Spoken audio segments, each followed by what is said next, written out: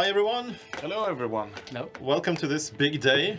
It's a double whammy release today, and we're here to talk about Jade Dragon, of course. Indeed. The latest and I wouldn't say greatest, but it's a great expansion for Crusader Kings II. It's pretty good. So Alexander will be I'm in charge of driving. Yeah, you're driving, and we'll be bantering and commenting on the new features, basically. I think I can take these off. Indeed, no headphones needed this time. No, hopefully the sound will work anyway. It's Hopefully. magic. Hopefully. I'm sure someone will tell us if it's not working. Oh yeah. We've done a lot of work in the east. We have. There's been a lot of map work, most obviously, of course, Tibet and the Tarim Basin. But there's also been a lot of work in the Middle East in general on the map. So anyone who hasn't seen our streams or followed the dev diaries and so on can immediately see how much work we've done in Tibet and so on. And if you zoom in a little bit, you can see just how many provinces we've added. Several dozen, I think. Yeah, it should be a couple of Yeah, dozen. it's all the way from the Pamir Pass in the west. Yeah. Yeah, so Nepal there's and the Himalayas. It's a pretty interesting region. Winters can be a bit unforgiving, I've noticed, but it's that only makes it more fun, really. It's a different region to play in. Yeah, it So- feels different. Of course, the whole point of that is that you're basically living in the shadow of the dragon. So the main feature of the expansion, if you can start it up as whatever country in Tibet, I suppose. What should we start as Tibet? Yeah, sure, why not? Well, something. The main feature of the expansion is, of course, China. We've sort of added China without really adding China. So you'll always feel, at least if you're playing in the East, that China is present and interacting with the rulers in the world. Indeed, China provides both immersion and gameplay benefits when you're playing in the east. It does make the east a distinctly different place to play in than the west. It does. I mean, one of my ambitions with this expansion was that the eastern edge of the map should not feel like the end of the world. And I think we've succeeded in that. So there's this little new button down there where you can bring up the China interface. That's the Emperor right there. And you can see that China is currently open. That is the most common default state of China, is that they're open for business and the goods are flowing along the Silk Road and so on. Yeah, when they are expansionist or isolationist, things will Be different. very different. Sometimes scary. Sometimes scary, especially the expansionist phase, where China can actually invade people on the map outright. And that's a pretty major event. Doesn't happen very often. But again, it shouldn't happen that often. And unlike the Mongol invasions, of course, you can actually be a bit preemptive and protect yourself by having a peace treaty or peace deal with China. Yes, and the peace deals are crucial. They provide some other benefits as well, like a tiny trickling bit of prestige because you're Respected by China. you're respected by China. They, Yeah, and that brings us to the sort of central feature, which is the grace mechanic. You can see here that you currently have 0 grace with China. with the and dynasty, yeah, with the Tang dynasty, really, I suppose. Yeah, I suppose it's Tang China, because if the dynasty changes, you will lose your grace that you had with the previous dynasty. So these are ways you can increase your grace. You can send someone to be a eunuch in the emperor's court, or you can send him a concubine or other types of gifts. Did you send a commander? Yes, That's cool. they are in unrest right now. Oh, right.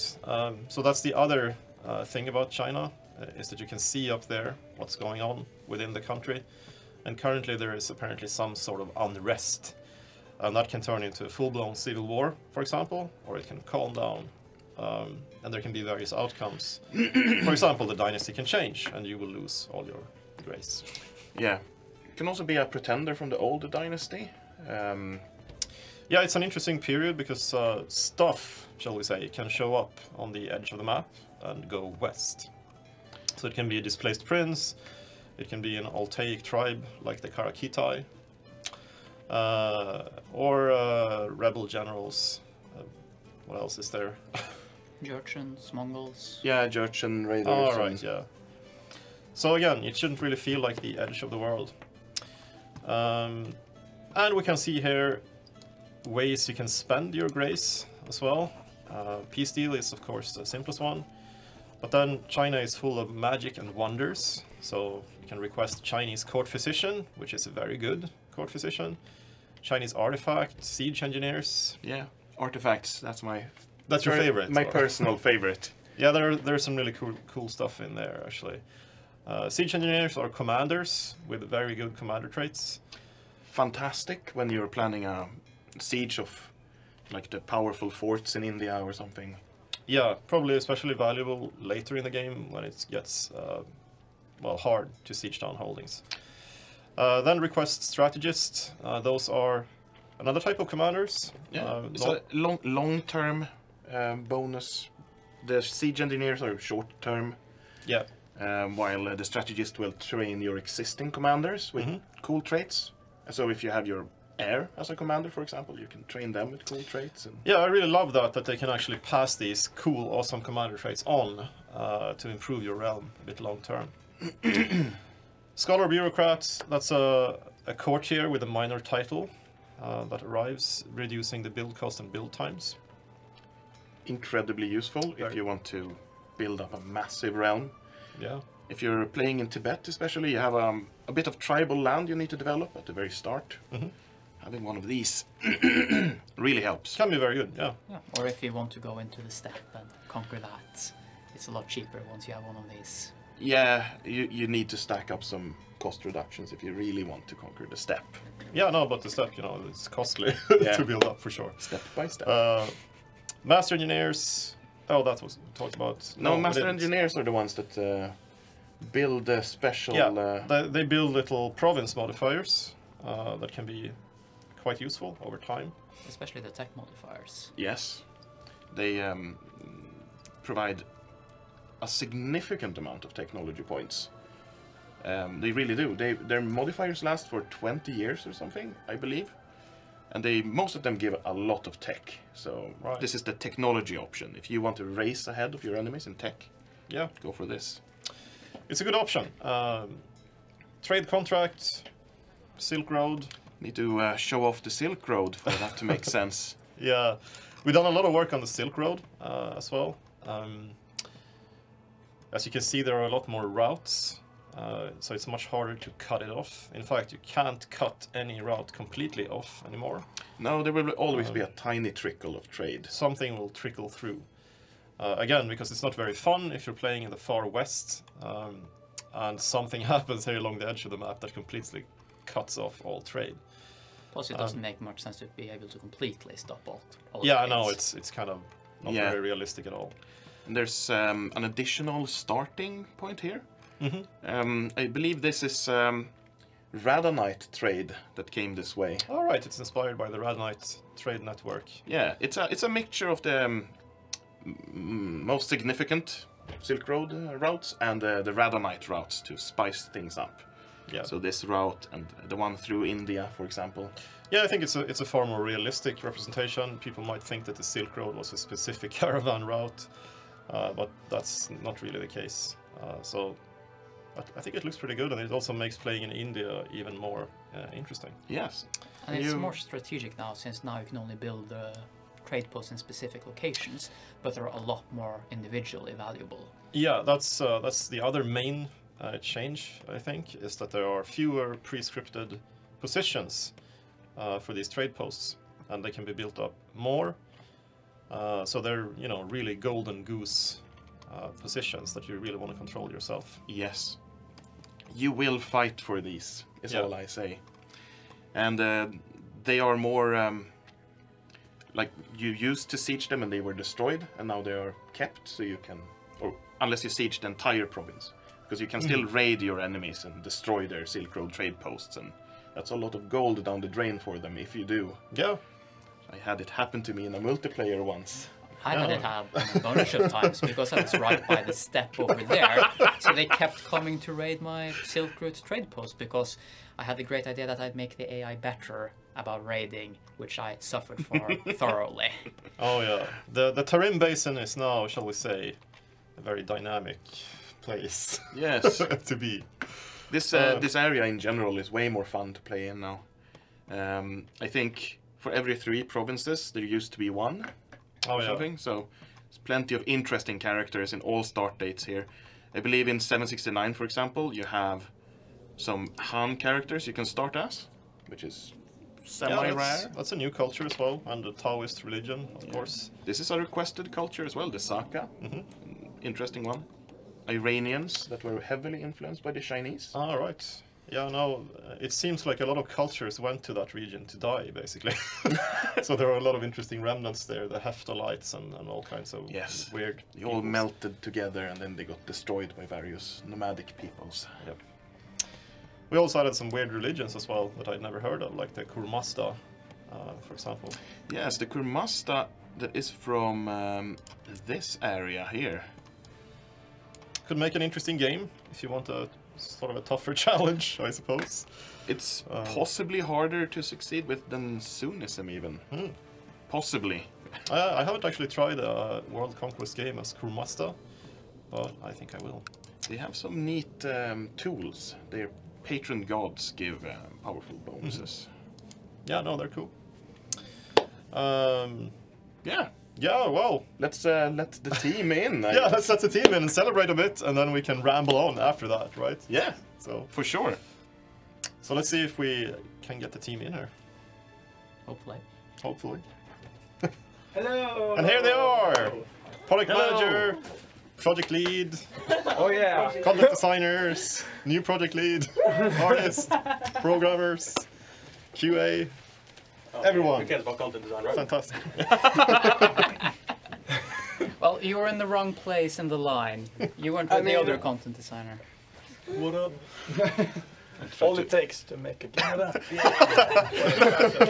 that. No, you can see Matthew or Flavio. There we go. There we go. I ain't cool enough. Punch down here. All right, shall we pop some confetti? Anyone dare pop this? Go on, Dan. You need to be strong Not Dan. No, and aim it right up. Straight up. Straight. No, straight up. Straight up. Straight up. Straight up. If you can do it, you can. You need to twist it. Twist. Other way. Jade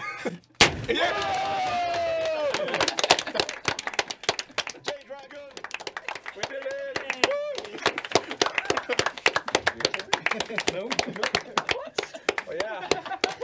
That went everyone. Let's go conquer China. Yeah, let's go over to China.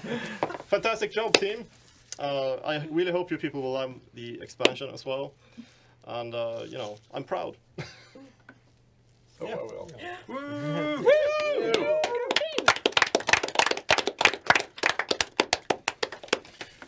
Yeah, anyone who wants to keep bantering can stay. Anyone else, I guess, can go back to work if they want to. Yeah, All right. we're just going through the features. Keep at it. Goodbye, Cool. Tiny Magna. Goodbye, Tiny Magna. Goodbye. It's all stuck in my hair. Well, Yep.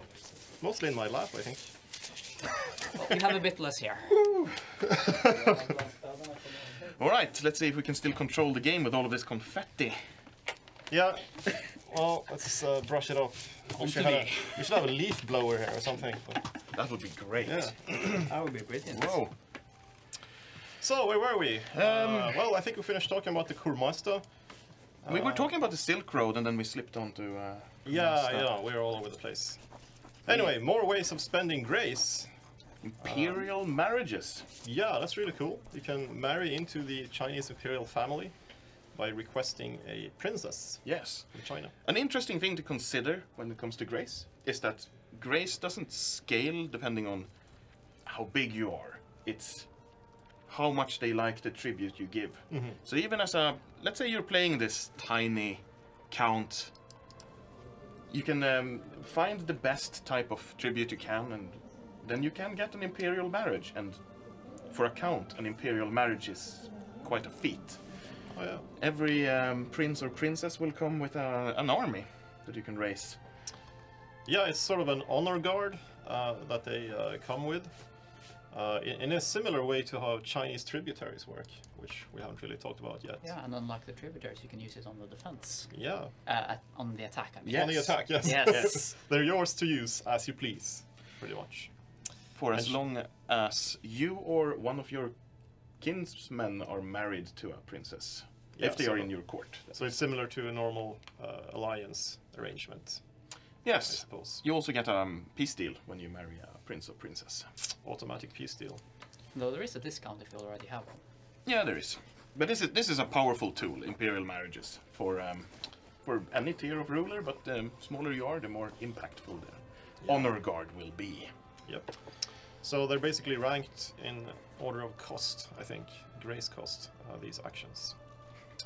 And finally, with the intimidating tooltip there, the most powerful way of spending grace is 5,000, right? Indeed. For a request to China to invade one of your rivals. This is, I think, something we're going to do in the stream, actually, that we're playing on Mondays. We're building up to this. I'm going to use it to dismantle the Seljuks in that game, so check it out next Monday.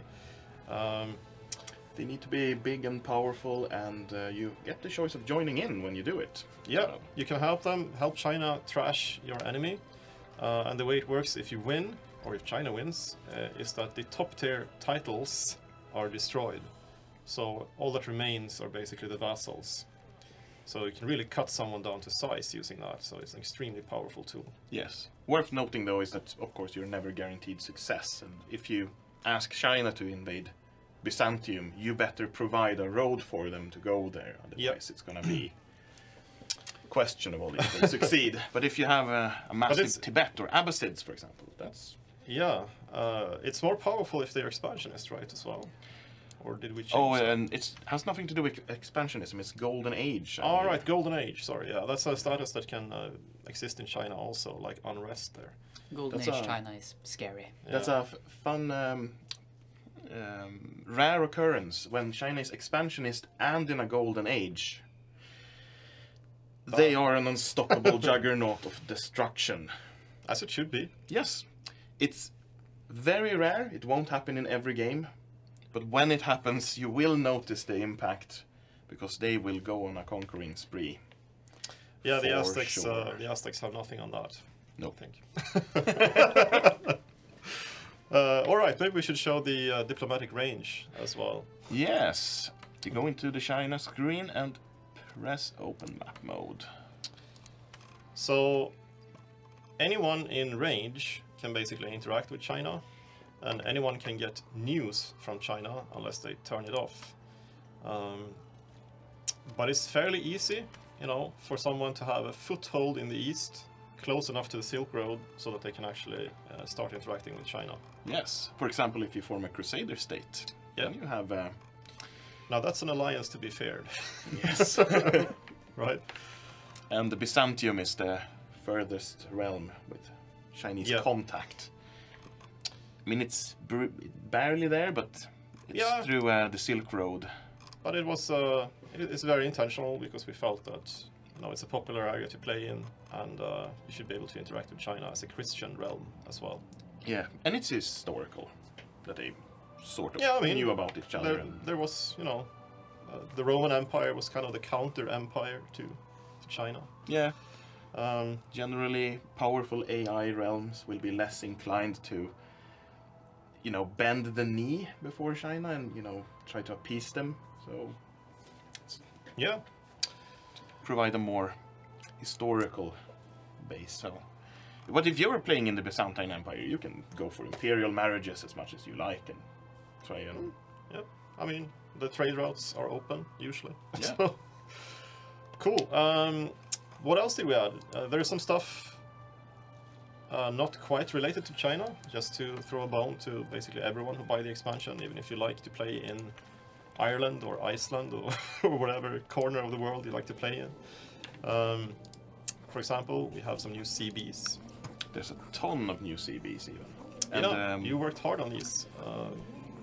Yeah, and Magne helped overhaul the Tributary system. No, Gwen. Gwen did most of the Tributary work. Yes, Gwen did most of the Tributary work.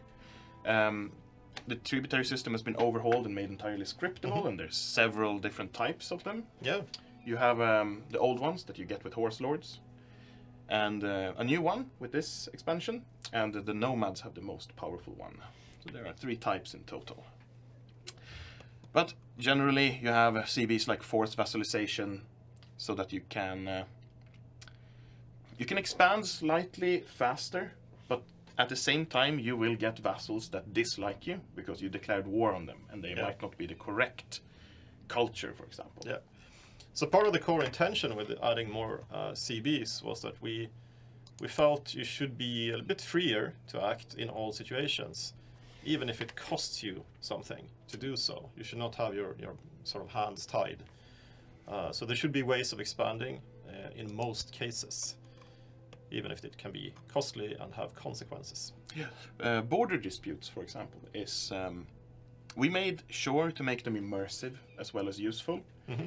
The effects are different depending on if you're attacking someone who is a legitimate foe. For example, if you're a Christian attacking a Muslim, or if you're attacking your own religion. Yeah, the big penalties no-no, will of course. And I think it's renamed as well, right? The CB? Or? Yeah, it's called different things. No, I think it's border dispute. Oh, didn't we settle on unjust war for... That was the initial name, I think. Oh, okay, right. Well, border dispute is what it ended up being called then. Yes.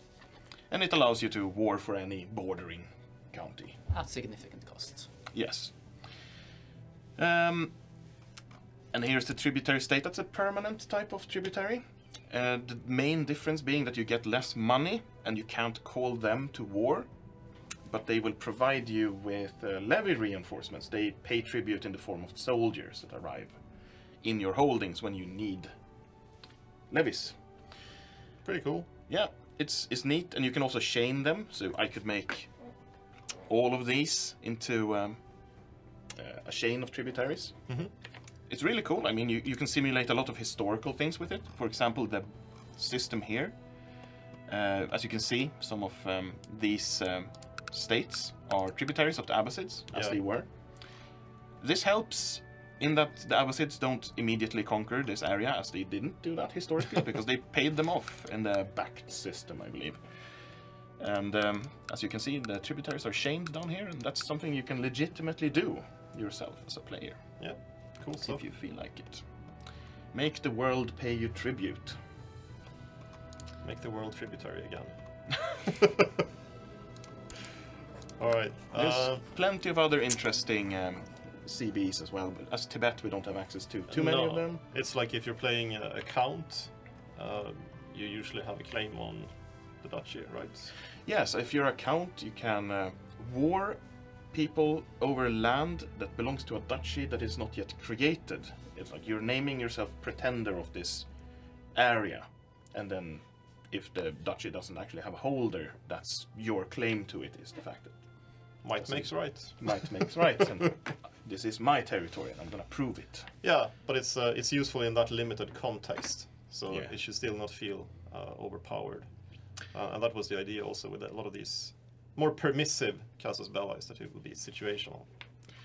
My favorite new CB is the very flavorful religious liberation one. It's very hard to get. There's a new ambition called Strength and Religion that more than often provides you with the CB. But it allows you to attack a realm to free a kingdom under a new ruler of your religion. And that also makes them your tributary. From a role-playing perspective, it feels really good. And them being a tributary gives you that extra incentive to actually do this. Yeah, to do it. Like, you will get something from it. Yeah, no, it makes perfect sense, I think. There's also a free part of the patch, a free CB. Yes, free hostages. Free hostages, yeah. Free is in the name. So it's very useful if someone is holding someone you care about prisoner, you can attack them to free them. And it also goes for concubines. Yes, and so wives. And wives and so on. If they've taken people from you. It's a very risky CB, of course, because having hostages was one of the ways you kept people from not attacking you. So if you decide to attack people regardless, you better make sure that they are cowards, so that they give in and give them back. Otherwise, you might end up with horrible punishments. you know, you might receive less of the hostages than you would appreciate. Or smaller parts of them. Yeah, smaller parts. You get all of them, but progressively. Finger in the box. And so on. Like that old joke. No. But, yeah, whatever. Whatever. That's cool. You want to say anything more about the new CBs? Or should we move There on? are more of them, but... yeah, there's a ton. Yeah. 7 or 8 in total, I think. Something like that. Yeah, and they really make a difference when you're playing in the East. Especially in this area where there's mainly Buddhists and Jain characters at the start, because then you have the option of expanding without claims. Yeah, especially the Jains are a bit constrained otherwise. Oh, right, there's the rally points. Yeah. That's a new thing. It's free, though. It's free. It's yeah. not It's free. not free. No, exactly. It's part of the expansion. We're talking about the expansion, right? So it's a pretty neat little mechanic. It's something people have asked for, and we have actually planned to do for a long time. And finally we got around to it. And finally got around to do it. So basically, you put down rally points, and then when you raise all your myriads of little 13-man levies, they will automatically head to the nearest rally point. Works really well. It works really well, but you have to sort of remember to update your rally points as your realm changes. I found. We usually notice pretty quick when they're going the wrong place. Oh yeah, and it's very easy to just override these orders because it's just simply an initial move order that the armies are given. Yeah, and then just merge when they get there. Yeah, and you can see it in the outliner as well, I believe. Yep. Yes. You see it in the outliner, and it tells you how many are going to each place. How many are incoming? So there's 2,688 incoming to Lhasa. Perfect. Yeah, that's cool. Now, if you pan up a little bit to the north, you can see that there is something strange there as well, right? Mm-hmm. The Western Protectorate. The Western Protectorate. I think that the real name was cooler, to be honest. But Right, we had to shorten it. we had to shorten the name. I mean, because it's still too long. Yeah, I know. it's pretty crazy. The real name, I think, was the Governorate to Pacify the West. And I like that. But hey, here Yeah, it is. it was even longer than that, I think. Oh, was it? Yeah, it was something along the Protector lines was of in there as well. Protector General Guosin of the Western Protectorate to Pacify the West. I think that's not the legit name. Something Yes. like that. Anyway, the pacification was the cool part of it. Yeah, and this is a thing that historically were around at this time. Yeah, at this earliest start date, the Chinese had just fought an apocalyptic battle against the Abbasids in the Talas Valley and lost. Yeah. And if not, maybe, they would have had a toehold in the West for a much longer time. That's a really cool historical tidbit that most people don't know about. That the Abbasids Fought the China. Tang. Yeah, fought the Tang. Over the trade in the Tarim Basin. Yeah.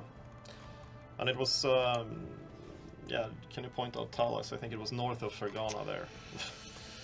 I believe. Somewhere around there. Probably. Yeah. I don't remember. Which is pretty far to the west, so I think that's really, really cool, actually. Of course, the Tibetan Empire also had their conflicts with the Tang at the time, which eventually led to the fracturing of the Tibetan Empire and arguably to the fall of the Tang dynasty as well, I think. The Tibetan Empire in 769 had a very interesting setup. It is. Historically, it fractured soon after this point, so it's in a way a well-chosen start date if you want to see Tibet in its glory. It's a very challenging start, actually. As you can see with the vassals here, you have this Shangshung prince. It starts as your rival because you have displaced him from his homelands here. And here is a mythological Sumpa princess, and then they are in league with each other to overthrow you. And then you have some Taoist Tanguts and Yeah, there's an eclectic mix of peoples yes. and causes and government forms and so on. Anyway, whenever China holds territory on the map, it's actually going to be under control of this Western Protectorate, and it's basically just an official in the court of the Chinese emperor. But he's very cool looking. Yeah. It's very cool looking. He takes orders directly from China. He doesn't declare his own wars. It's all... Yeah, you should see him as an arm of the empire. Which is Yeah. why you can't play as the Western Protectorate, because it wouldn't be any fun to play as just the slave of China. some bureaucrat, even if he's glorified. Yeah, yeah. Even if he has a very cool helmet. that's true. Now, a lot of people might be curious about how the Mongols interact with China and so on. Yes. And that's something that can actually happen to China, is that it can be invaded by the Mongols or the Jurchens, which I guess are a type of Mongols further Yes. to the east. Usually when the Mongol Empire arrives on the map, it's not long before they also start invading China. It was kind of a thing they did. They invaded the West and China, and they had different branches doing different things. And if they win, they get extra reinforcements. Yeah, that's... Just so they're even more scary. Yes, Yeah. they get siege engineers that they bring to the West. They should be scary. So there's a little extra button in there as well. You want to talk about that? This one, Yeah. the hostile actions button. Yes, What happens when absolutely. you press that? It doesn't sound like doo doo doo or something. The favorite sound from CK1. Yes, the CK1 trumpet sound is brilliant. And our sound designer actually wants to put it in somewhere, but so far it's not. Yeah, I think he said it's the most remarkably bad sounding trumpet he's ever heard. So Yeah, there are 3 distinct actions you can do in the hostile actions menu. Raiding China is a very good alternative for the early game if you need money, but not respect. right. You send your soldiers into China to just loot and plunder and bring back whatever they can. And it's the only way to get direct monetary benefits from China. Right. And sometimes Well- they carry home siege engineers and stuff as well. That's pretty neat. You don't usually need direct money though, because indirect money is plentiful through the trade post and so on. Yeah, but if you don't have a trade post, it's a neat alternative. But And yeah, so it feels better from a role-playing perspective than just, being a tributary to China or something. Yeah. Stick it to the man, basically. Stick it to Exactly. the dragon. usually when you raid them, you tend to become a tributary after a while for some reason. For some weird reason, China usually doesn't stand for this. And if they're isolationist, you can open them, because that Silk Road money is invaluable. And when they close the Silk Road, you feel it in your coffers. Oh yeah. Last time I played and they went isolationist, I started losing money, and I was earning boatloads of money before then, and I just had to jump on the chance to open them. It's a hard war to win, but Yeah. it's rewarding. Getting Sadly, money. we have no gunboats. So, Oh, yeah. yeah. Well, this is not Japan, and you're not Admiral Perry, but hey.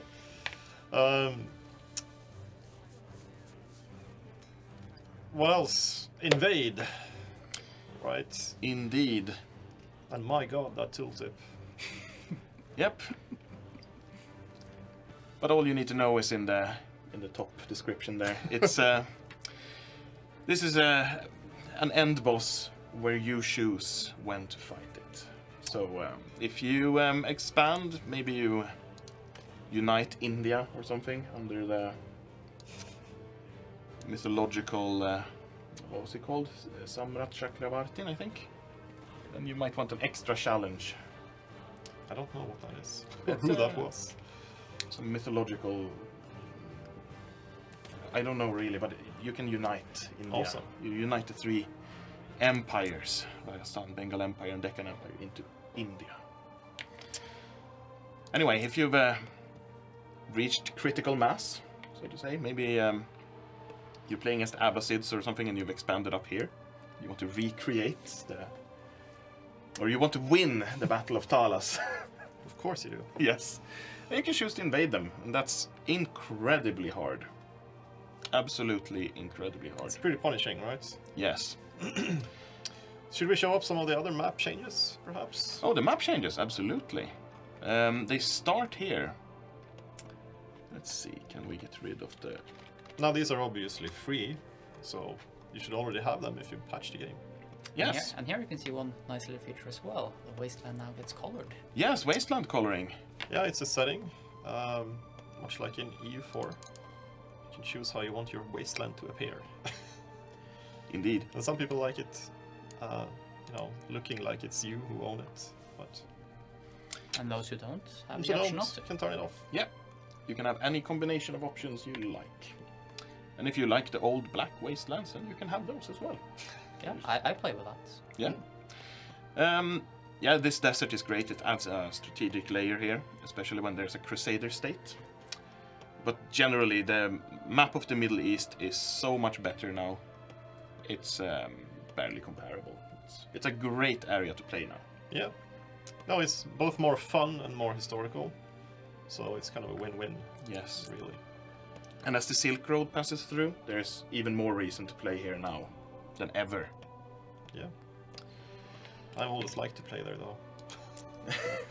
Well, It's even more fun now. Even better now. Persia as well. Persia is much nicer to play now. Yeah. The provinces used to be so big down there. Yeah. And But now they're actually playable. this area here. Tibet is the glue that holds India and the steppe together. This area holds everything together. It's the Middle East, India, Tibet, and the steppe. But it's got a massive overhaul, this Transoxiana area. Lots of new kingdoms and renamed provinces, new provinces, duchies and stuff. Yeah. Is there a term for it? Something like the nave of the world or something? I think there's always been. Maybe. It's also one of the most exciting areas to play in because you're surrounded on every side. Oh yeah, it's exciting, especially when Seljuk turns up, or Subuktagan, Or Timur. or Timur.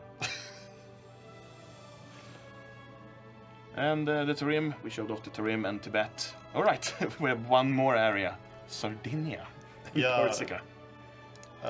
You guys really went crazy on that one.